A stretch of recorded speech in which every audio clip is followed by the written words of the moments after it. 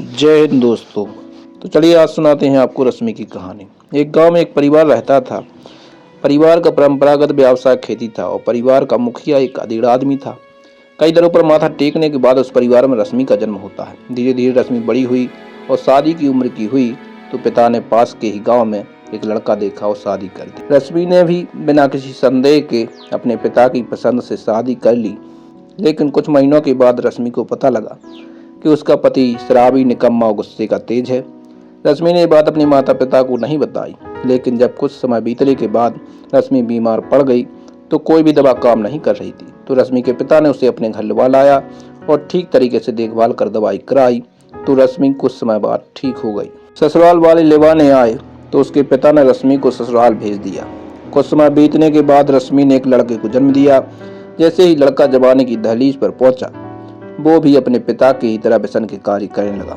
रश्मि ने लड़के की शादी करने की ठानी और सोचा शायद शादी के बाद ये ठीक रास्ते पर आ जाएगा, लेकिन ऐसा नहीं हुआ और कुछ उस लड़के के साथ साथ बीवी भी उस पर बोझ बन गई। कोई उम्मीद नहीं रही। तब रश्मि दिन रात खेतों में काम कर। एक दिन उसका पति लकवा से ग्रसित हो जाता है। फिर वो लड़की अपने पति की दवा के लिए यहाँ वहाँ भटक ही रही थी।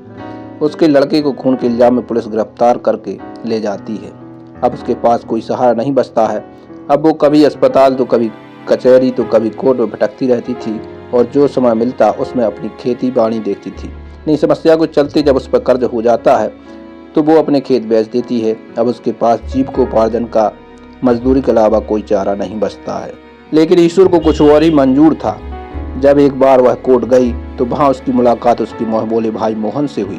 थोड़ी बातचीत के बाद उसे पता चला कि वह वकील बन गया है जो अब वकालत करता है। जब रश्मि ने अपने बेटे के बारे में उसे बताया तो उसने यह केस अपने हाथों में लेने की गुजारिश की। थोड़ा देर सोचने के बाद रश्मि ने हामी भर दी। फिर क्या था, उसने बड़ी मेहनत से रश्मि के लड़के को बेकसूर साबित किया क्योंकि उस पर जो खून का इल्जाम था वो झूठा था।